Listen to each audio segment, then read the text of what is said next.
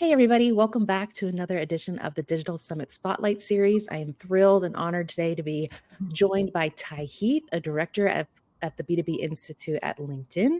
Ty is going to be joining us again. She's a huge fan favorite when it comes to the Digital Summit Series, highly, highly rated as a speaker. She's coming back to join us in Orlando next week, February 26th and 27th. We're going to get some sunshine in. We're going to have some amazing sessions down there in Orlando. Tickets are still available if you'd like to join us.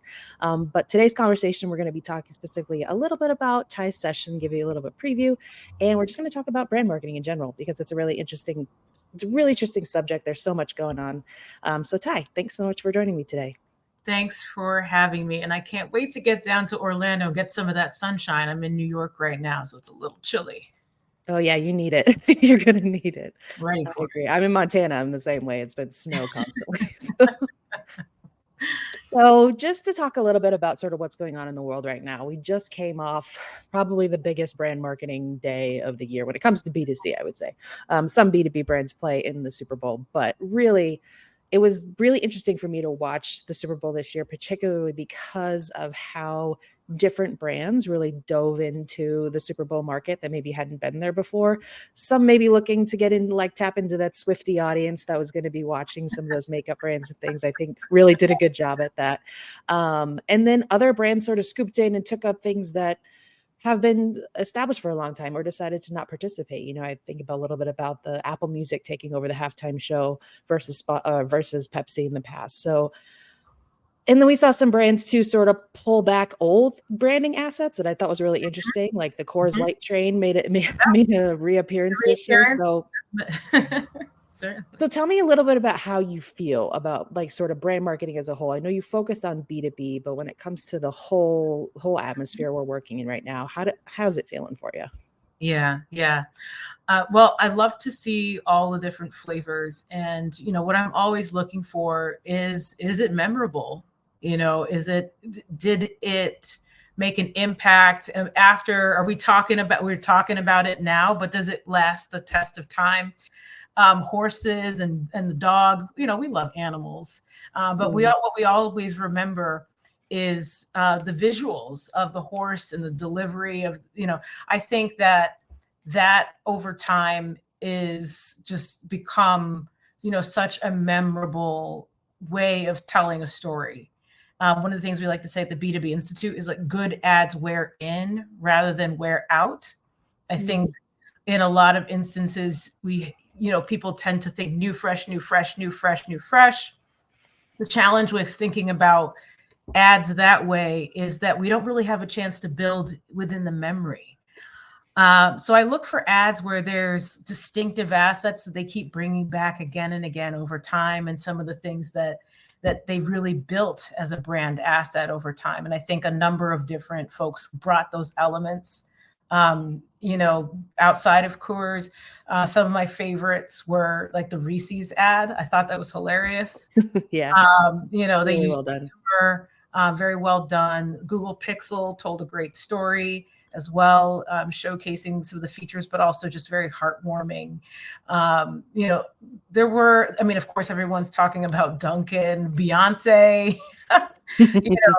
So I think there are a lot of memorable moments, a lot of celebrities used this year.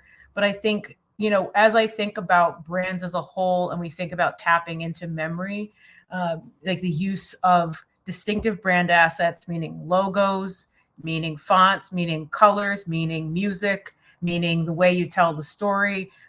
Characters are underutilized. A lot of people are using celebrities, but characters could be something for folks to explore.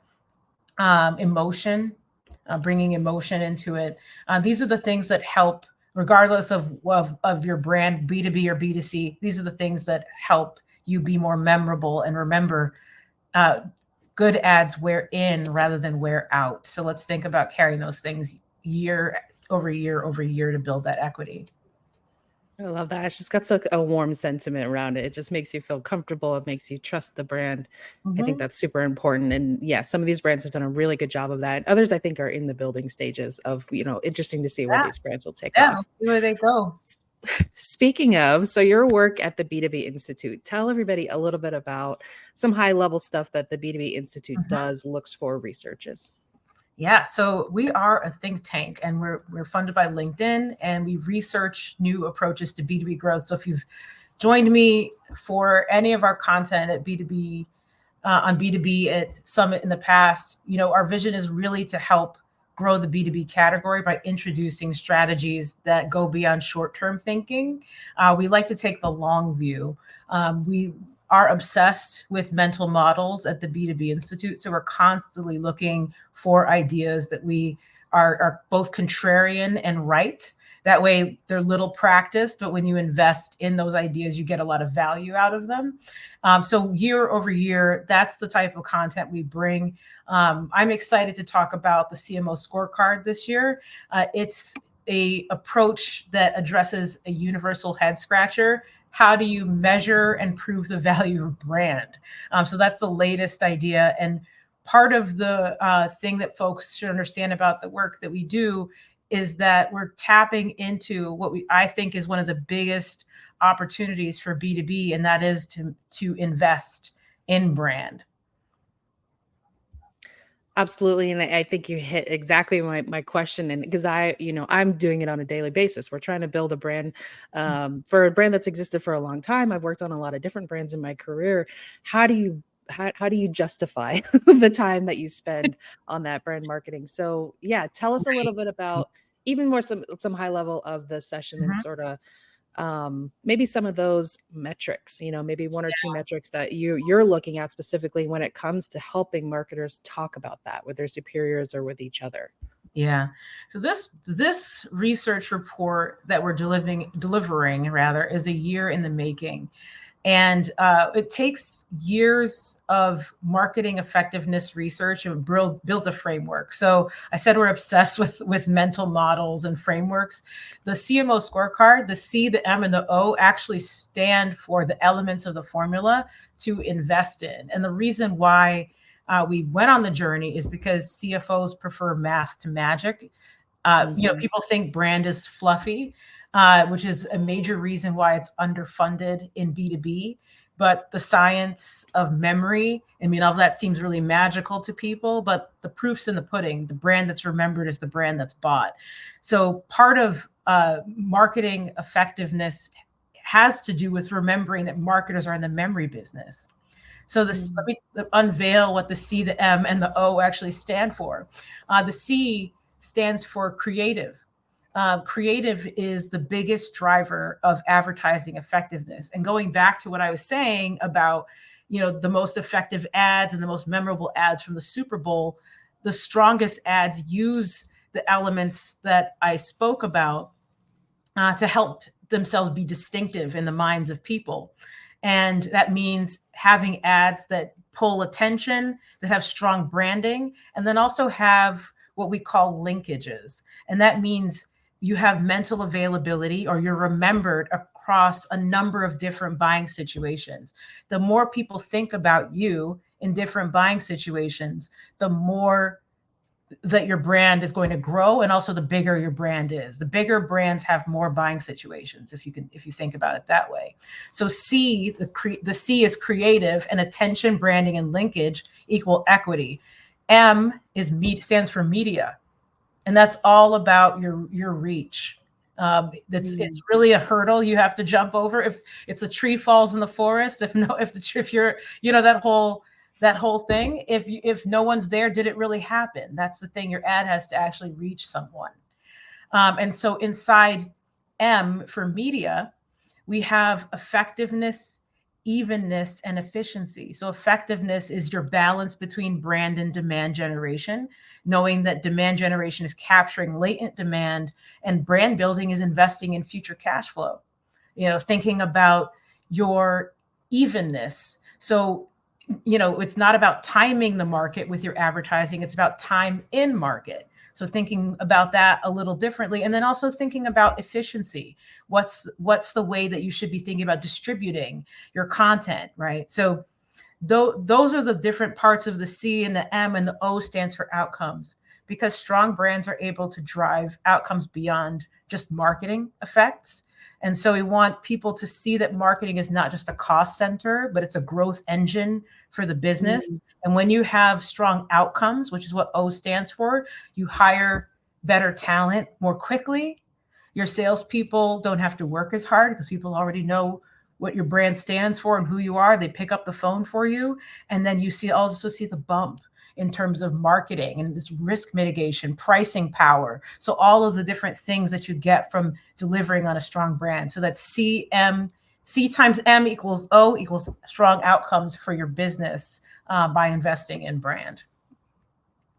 Makes so much sense, and I already feel actionable insights coming out of this of something that I can, and points that I can talk about, because it is something that I think every marketer struggles with. Mm-hmm. Is that we know that there's an immediate impact through paid advertising, or maybe something you wouldn't necessarily consider brand advertising. But when you do move into the brand side of the business, you tap into that emotion. I love the idea of looking into the science of memory, because Mm-hmm. when someone goes to buy something, you want to be the thing that they're thinking of. And I think that's the story that we have to be able to tell, as marketers, both to each other and to our supervisors and the people who are setting the budgets, of what that is, and be really confident in how we're going to measure those results, That's to your right. point about outcomes. Mm-hmm. So tell me a little bit about how you see this playing out differently in different industries. Mm-hmm. So obviously, I'm sure the Institute works with all kinds of partners, and to get their research in. So where are you seeing this play out differently, where maybe some industries see more of the value or have seen it, and others it's a really hard sell? Yeah, I think the question about different industries is a good one, because it's important to think about, I know I'm talking to both B2B and B2C and everything in between, small business, medium business, and different verticals. A couple things are fundamental truths. And that one of them is that we have to balance brand and demand. And I'm talking to our B2B folks right now. There's going to be a different balance, a slightly different balance depending on the type of industry you're in. But overall, what we want to think about is that your share of voice needs to be greater than your share of market for your brand to grow. So while there's going to be a distinction in the balance to achieve that, what we call extra share of voice, which I think is one of the most underrated metrics in marketing. That's the difference between your share of voice and share of market, is your extra share of voice. So there's going to be a little bit of a different distinction for different verticals as you pursue that. But overall, we want your brand to grow. So we have to think about, how do we, again, reach the biggest possible audience that we can for the category. And this is why we advocate for, broad targeting, especially when it comes to branding. One of the other distinctions to talk about is like the difference between B2B and B2C as we think about that. Because, if you are in thinking about targeting, if you're a B2C marketer and you're selling toothpaste, you can market to everyone that has teeth, right? Mm-hmm. So there's that distinction. But if you're in B2B, we have to think about the fact that not everyone can buy a cloud analytics platform, right? Right. But that being said, what we want to do is think about relevant reach. So going back to what I said about extra share voice, what is the relevant reach for your category, where you can reach both current and future buyers? Because we don't want to make assumptions about who is in the buying committee. So those are some things I would point out, like broad brushstrokes, things across verticals to understand. And just to point out, if you're interested in learning more about, how maybe to optimize and think about your brand, getting down into some of those, extra share voice conversations, we have a report called How B2B Brands Grow. And there's also Principles of Growth in B2B Marketing. That's great. Yeah, I'll definitely link to those resources, because I know, like, we definitely do have B2C and B2B folks that come to the event, but I'd say predominantly it's B2B. And so obviously that's why why your research and the work that you do is so relevant to these brands, because I do think it's a different way of looking at it. Like you said, the audience that you're targeting, it has to be relevant. And I think there's a ongoing shift of job titles and people who actually qualify to purchase your product or That's would be interested in your widget or whatever it is. And yeah. so the goalpost keeps moving, And especially in that's why we B2B. don't want to make any assumptions, right? Exactly. Right. So, talk a little bit about, if you could, just some of those, maybe one or two of those metrics that you're looking at when it comes to the outcomes. When we're talking about a Mhm. successful branding campaign, either short term or long term, what are those outcomes that you see really hitting the bottom line, either now or in the future? So your question goes back to what we were talking about when we talk about outcomes, right? So how do you know that you have a strong brand?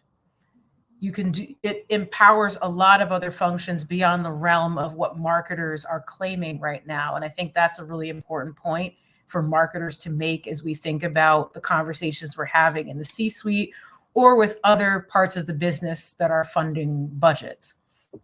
So, as I mentioned, marketing is giving you pricing power. It's giving you category optionality. When your category shrinks, it gives you the power to pivot into a different space. And then I also talked about outcomes. And we've been able to measure some outcomes in a unique way because LinkedIn has business lines where we can actually see what's happening behind the scenes. So we have the LinkedIn Recruiter product, which is about hiring talent for your business. We have Sales Navigator, which is all about having ongoing conversations with contacts across companies that you want to sell to. And then, of course, we have LinkedIn Marketing Solutions as well to help you build your business, grow demand, and all of those things. So we can see the movement. And one of the things that's been really amazing to see is the impact of brand advertising on the bottom line, the bottom of the, as you say, the bottom of the funnel metrics or the lead metrics as well. So from a marketing standpoint, what we see is a lift when you have lead generation by itself and you add branding to it, you see an uplift in the results that you're getting because you married the tactics of brand and demand for delivering a better result for your marketing. From a sales standpoint, if you know what LinkedIn InMail is, we're seeing an increase in InMail opens when you have a stronger brand. So there's a lift there as well. And then from a talent perspective, talent wants to work for strong brands. They want to work for brands they recognize. And so we see a lift there as well. And this kind of proves out within people's LinkedIn profiles. You'll see people put things like X LinkedIn or X Google or X whatever company they work for because they still identify with that brand. So it's this whole concept of being a recognized brand, being known for something allows you to better attract top talent. And so part of why we invested in this conversation is to have marketers be empowered to talk about a broader range of impact that we have on the health of a business overall and not just the space of marketing. Oh, that's so powerful. It's like blowing my mind. I'm getting back. I'm back and sitting in your session in Dallas. Awesome. But that is the challenge in front of us, right? We don't want to be, like you said earlier, we don't want to be seen as a cost center. We want to be seen as a team or an individual that's contributing to the business overall.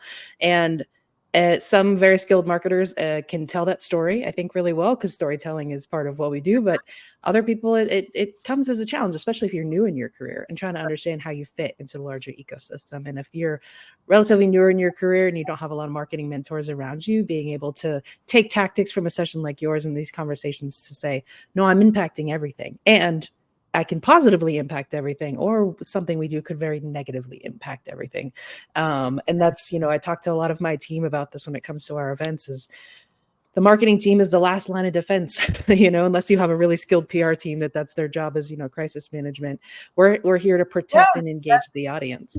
That is 100% right. And I think that's worth making sure that everyone understands the levers that marketing can pull that maybe folks aren't as connected to. I think the point you're making here too is that having a strong brand is a risk mitigation tool. It evens out volatility especially in an economic downturn.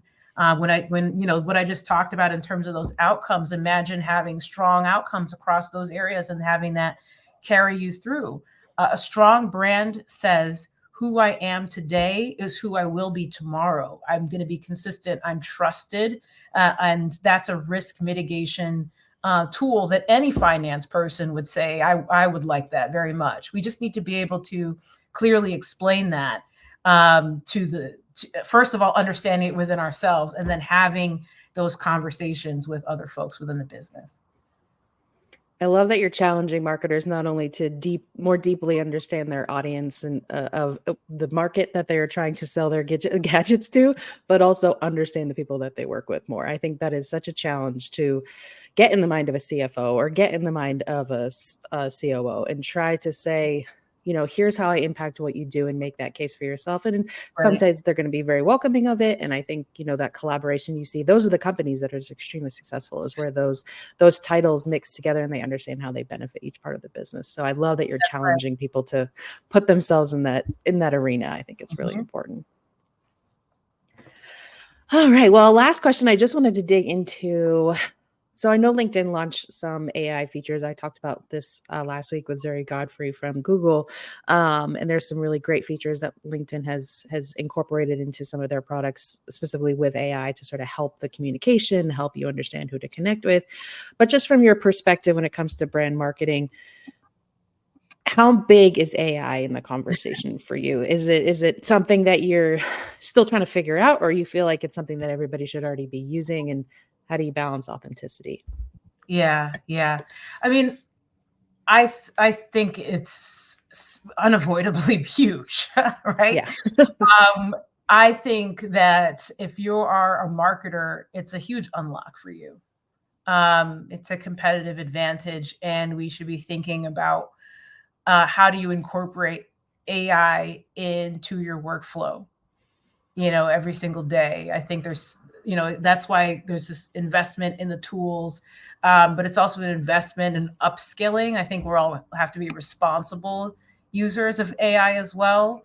You mentioned authenticity. There's also the conversation of equity, access, and then also being able to trust, and vet the data that you're getting. So I think I like to think of it as like, and I've heard other people use this as well. It's like putting on an Iron Man suit. Your abilities are augmented by AI when you use it. And I think tech, more than anything else, marketing, our industries, we're living it every day.